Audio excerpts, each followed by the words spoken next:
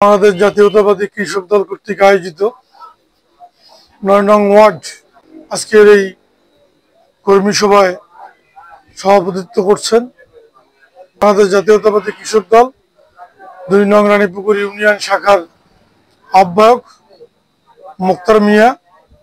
উপস্থিত আছে কৃষক দলের সদস্য সচিব পায়েল। আমাদের মাঝে আরো উপস্থিত আছে বাংলাদেশ জাতীয়তাবাদী দল রানীপুকুর ইউনিয়ন শাখার ভারপ্রাপ্ত সভাপতি শরীফ হাসান সবুজ। আমাদের মাঝে আরো উপস্থিত আছে সাংগঠনিক সম্পাদক শাহজাদা খান। উপস্থিত আছেন সহসভাপতি আখতারুজ্জামান মন্ডল, যুগ্ম সম্পাদক হাফিজুর রহমান, ৯ নং ওয়ার্ড বিএনপির সিনিয়র সহসভাপতি তারা চাচা, সাধারণ সম্পাদক কিবরিয়া এবং ইউনিয়ন বিএনপি এবং ওয়ার্ড বিএনপির অন্যান্য নেতৃবৃন্দ এবং আমার সামনে উপবিষ্ট ৯ নং ওয়ার্ড কৃষক দলের সদস্যবৃন্দ, সকলকে আমার সালাম, আসসালামু আলাইকুম। শ্রেণী বিশেষে শুভেচ্ছা এবং অভিনন্দন রইল। আপনারা কি জন্য এখানে আসছেন, আপনাদেরকে কি জন্য ডাকছে আপনারা জানেন? সবাই কি অবগত আছেন? আপনারা বাংলাদেশ জাতীয়তাবাদী দল বিএনপির একটা অঙ্গ সংগঠন হচ্ছে বাংলাদেশ জাতীয়তাবাদী কৃষক দল। অঙ্গ সংগঠন বোঝেন? অঙ্গ সংগঠন হচ্ছে যে আমি মানুষ, আমার এইটা একটা অঙ্গ, চোখ একটা অঙ্গ, নাক একটা অঙ্গ। তে বিএনপির এই অঙ্গ সংগঠন হচ্ছে কৃষক দল। তো অর্থাৎ বিএনপির একটা অঙ্গ সে। কৃষক দল কিন্তু একটা গুরুত্বপূর্ণ অঙ্গ সংগঠন, যে অঙ্গ সংগঠন কৃষকদেরকে নিয়ে সমাজে কিভাবে কৃষকেরা অগ্রসর হবে, কিভাবে তাদের কার্যক্রম তারা ভালোভাবে আগায় নিতে পারবে। কারণ আমাদের বাংলাদেশে ৮০% লোকই কৃষক, তারা কাজ করে, কৃষি জমি চাষাবাদ করে। তো এই কৃষক দলের ভূমিকা কিন্তু গ্রামগঞ্জে খুবই গুরুত্বপূর্ণ। তা আপনারা কৃষক দলের সদস্য হতে চান সবাই? এখন কৃষক দলের সদস্য হতে গেলে এখানে আমার কিছু কথা আছে। কারণ ৫ই আগস্টের আগে ২০২৪ ৫ই আগস্টের আগে আমরা কিন্তু আসলে সীমিত সংখ্যক লোক নিয়ে আমরা কিন্তু এই হাসিনার বিরুদ্ধে ১৫.৫ বছর আন্দোলন সংগ্রাম করেছি। আমাদের লোক ছিল সীমিত। অনেকেই মনে করছে যে এদের মাথা খারাপ হয়েছে, কারণ হাসিনা তো যাবে না, হাসিনা মারা যাবে, তারপর হয়তো হাসিনা চলে যাবে আল্লাহর কাছে, তার আগে তাকে নামানো সম্ভব হবে না। এই সব ধারণাটা আমাদের অনেকেরই ছিল। কিন্তু আমরা আওয়াজ শোনার পরেও আমাদের কটাক্ষ করা হয়েছে, অনেক কথা বলা হয়েছে, তারপরেও কিন্তু আমরা একটা নির্দিষ্ট লক্ষ্যে বাংলাদেশের মানুষের গণতান্ত্রিক অধিকার প্রতিষ্ঠার জন্য, মানুষের অধিকার প্রতিষ্ঠার জন্য আমরা কিন্তু একটা সংগ্রামে লিপ্ত ছিলাম এবং এখনো আছি। যতদিন পর্যন্ত বাংলাদেশে গণতন্ত্র প্রতিষ্ঠা হবে না, মানুষ মানুষের ভোট দিতে পারবে না। আমরা তো আসলে ভোট দিতে চাই, যার ভোট আমরা ভোট যেখানেই দিই, কিন্তু আমরা ভোট দিতে চাই তো, কিন্তু এই ভোটটা কিন্তু আমরা দিতে পারিনি। আমাদের ইচ্ছে মতো আমরা ভোট দিতে পারি নাই। সে কারণেই বিএনপি ১৫.৫ বছর তার অঙ্গ দলকে নিয়ে, মূল দলকে নিয়ে ১৫.৫ বছর কিন্তু আন্দোলন করেছে। এই আন্দোলনে অনেক নেতাকর্মী কিন্তু শাহাদত বরণ করেছে, অনেকে গুম হয়েছে, অনেকে খুন হয়েছে, অনেকে আবার জেল জুলুম মামলা হামলা অনেক কিছুর শিকার হওয়ার পরেও আমরা কিন্তু পিছপা হইনি। কারণ আমরা একটা জিনিস জানি যে একটা অবৈধ জিনিস কিংবা মিথ্যে জিনিস এটা কিন্তু চিরস্থায়ী হতে পারে না। সেটা থেকেই আমরা আমাদের সংগ্রাম চালিয়ে গেছি। সেটা ৫ই আগস্টে ২০২৪-এর যে গণ অভ্যুত্থান, যে বিপ্লব সংগঠিত হয়েছে, তার মধ্য দিয়েই হাসিনা বাংলাদেশ থেকে বিদায় নিয়েছে। বাংলাদেশে তো দল দুইটা, একটা হলো বাংলাদেশ জাতীয়তাবাদী দল বিএনপি, আর একটা হচ্ছে বাংলাদেশ আওয়ামী লীগ। একটা দল তো একটা দলের নেতাকর্মী, একটা দলের নেতারা, নেতৃত্বশালীর লোকজন বাংলাদেশ থেকে কিন্তু বিদায় নিয়েছে। অর্থাৎ তাদের কিছু দোসর, তাদের নিম্ন পর্যায়ের কিছু নেতাকর্মী বাংলাদেশে আছে। তারা ভারত থেকে, এই হাসিনা ভারত থেকে ষড়যন্ত্র করছে জামাতে ইসলামকে দিয়ে কিভাবে ভারতের প্রেসক্রিপশনে বাংলাদেশকে নির্বাচনকে পিছানো যায়। তা আমরা জানি এবং আমরা বুঝি যে 2026 সালের ফেব্রুয়ারিতেই নির্বাচন বাংলাদেশে হবে ইনশাল্লাহ। এখান থেকে বাংলাদেশ পিছপা হবে না। যার কারণে যেহেতু সামনে নির্বাচনের কারণেই আমরা কিন্তু আমাদের দলকে সংগঠিত করতেছি। এই সংগঠিত করার অংশ হিসাবেই আজকে 9 নম্বর ওয়ার্ডের কৃষক দলকে নিয়ে বসা। এখন আমার কথা হচ্ছে আপনাদের কাছে, দেখা গেল যে আপনারা দলে আসলেন, দলে আপনাদেরকে আমরা নিলাম, দেখা গেল যে আওয়ামী লীগ আবার চলে আসলো, তখন কি আপনারা দল ছুট হবেন কিনা? এটা একটা প্রশ্ন আমার। আওয়ামী লীগ আসতে পারে তো, কারণ বিএনপি এমন একটা দল যে বিএনপি কিন্তু এই বাংলাদেশে বহুদলীয় গণতন্ত্রের প্রবর্তক কিন্তু শহীদ রাষ্ট্রপতি জিয়াউর রহমান। বিএনপি কিন্তু রাজনীতি করার সুযোগ দিয়েছে। যেমন আমি একটা উদাহরণ দিই, অনেকেরই বয়স কম, অনেকেই হয়তো বা জানতেও পারেন। 1975 সালের 25শে জানুয়ারি একটা সংশোধনী হয়েছিল, সংবিধান সংশোধন হয়েছিল, 4র্থ সংশোধনী বলা হচ্ছে যেটাকে। সেখানে 17 মিনিটের মধ্যে সব দলকে বাজেয়াপ্ত করে বাকশাল কায়েম করেছিল রাষ্ট্রপতি, সেই সময়কার রাষ্ট্রপতি শেখ মুজিবুর রহমান। অর্থাৎ বাংলাদেশ আওয়ামী লীগ তার নামটা হারিয়ে ফেলেছিল, তখন হয়েছিল বাকশাল। বাকশাল হচ্ছে বাংলাদেশ কৃষক শ্রমিক লীগ। অর্থাৎ আর কোনো দল ছিল না, শুধু বাকশালই ছিল। উনি মারা যাওয়ার আগে 1975 সালের 25শে জানুয়ারি এই সংশোধনীটা হয়। কিন্তু শহীদ রাষ্ট্রপতি জিয়াউর রহমান বাংলাদেশের রাজনীতিতে যখন আসলেন, সিপাহী জনতার বিপ্লবের মধ্য দিয়ে উনি যখন 7ই নভেম্বর বাংলার মসনদে বাংলা রাষ্ট্র পরিচালনার দায়িত্বে আসলেন, উনি আসার পর উনি প্রথমে গঠন করেছিলেন জাগদল। জাগদল থেকে উনি পরবর্তীতে 1978 সালের 1 সেপ্টেম্বর বাংলাদেশ জাতীয়তাবাদী দল বিএনপি গঠন করে। বিএনপি গঠন করার মধ্য দিয়ে উনি বহুদলীয় গণতন্ত্রের কথা যেটা আমরা বলছি, তখন কিন্তু উনি সব দলকেই রাজনীতি করার জন্য সমান সুযোগ দেয়। তখন বাংলাদেশ আওয়ামী লীগ নাম ধারণ করে বাকশাল থেকে, তখন আর বাকশাল থাকলো না, তখন আবার তারা পূর্বের নামে চলে গেল বাংলাদেশ আওয়ামী লীগ। তারপরে আমরা কি দেখছি, জামাতে ইসলামের তো রাজনীতি করার সুযোগ ছিল না, জামাতে ইসলামীও রাজনীতি করার সুযোগ পেল। ওই জিয়াউর রহমানের বহুদলীয় গণতন্ত্র যখন উনি প্রতিষ্ঠা করলেন, তখন আবার আমরা দেখলাম যে ওই জামাতে ইসলামীও চলে এলো, জাসদেরা চলে এলো, মুসলিম লীগ চলে এলো।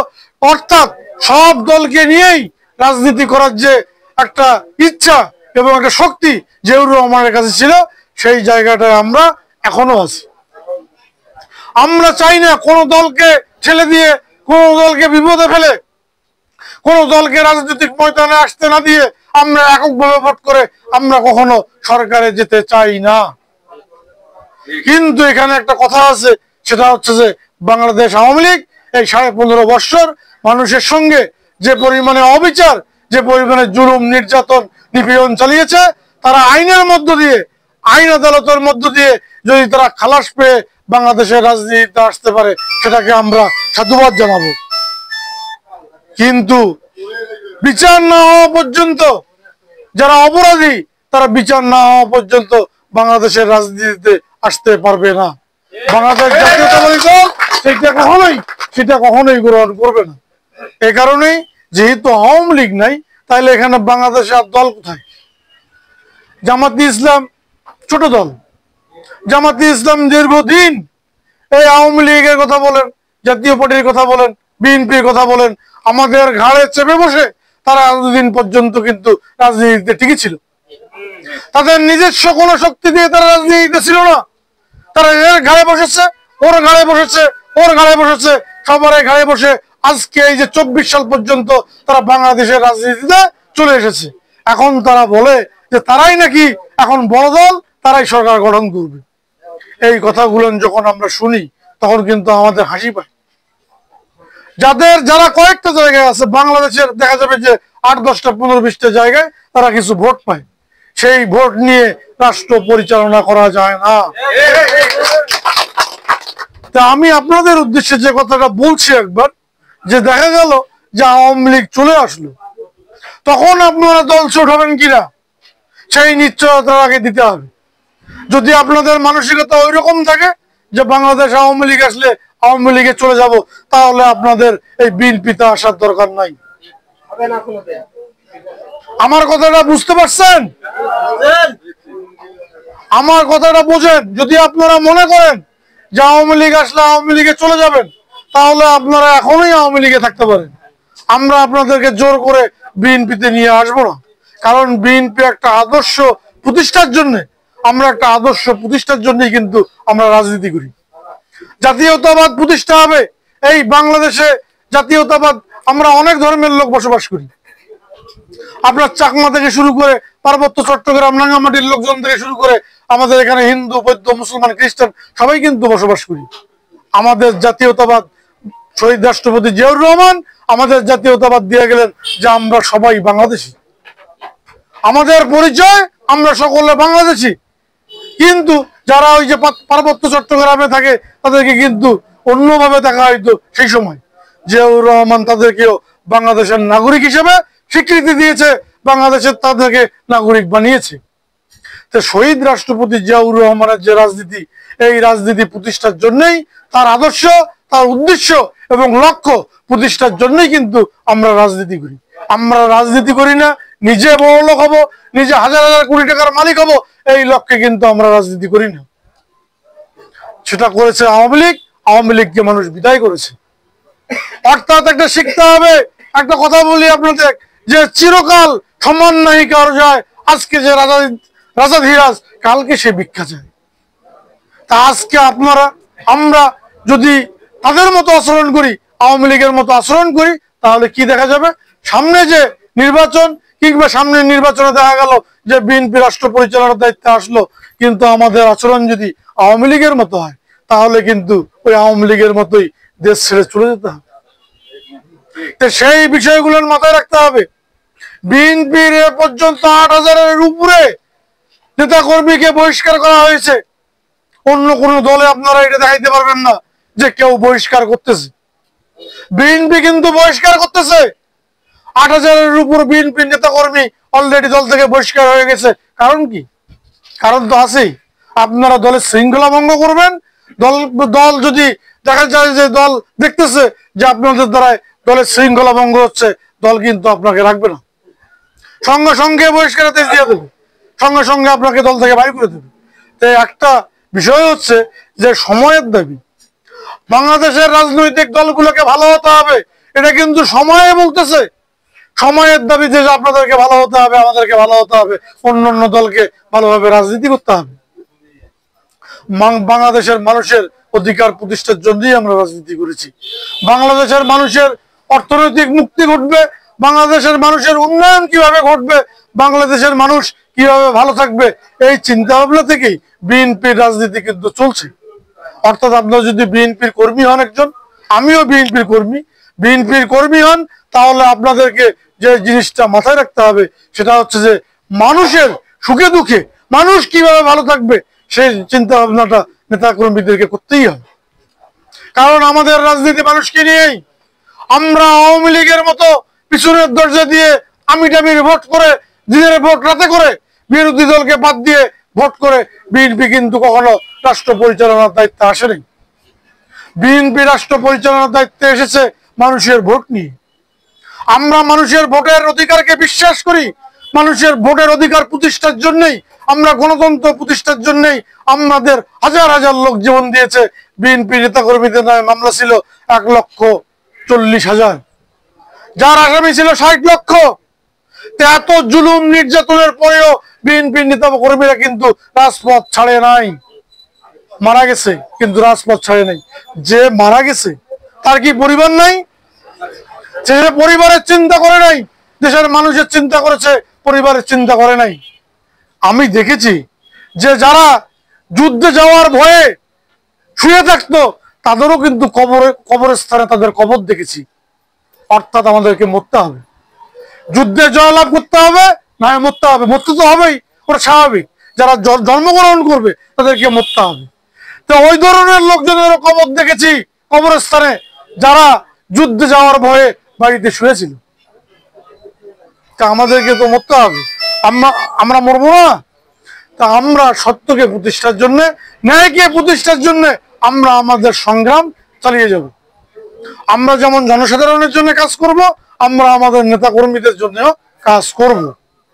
নেতা কর্মীদের মূল্যায়ন হবে না তা নয়, কিন্তু নেতা কর্মীদেরকে ভালো থাকতে হবে। এই কমিটির মধ্যে কোনো প্রকারের মাদক বিক্রেতাকে রাখা যাবে না, যদি থাকে সেটা আমরা কাটিয়ে দিতে হবে, ওইটা গ্রহণ করব না। মাদক বিক্রেতা আমাদের দলে থাকবে না। যারা নেশা করেন তাদের প্রতি যে আমার বার্তা, আপনাদেরকে যেন নেশা না খায়। আপনাদের খাওয়া প্রয়োজন, আপনারা খান, আমার আপত্তি নাই সেই জায়গাটায়, ওটা বন্ধ করা দরকার।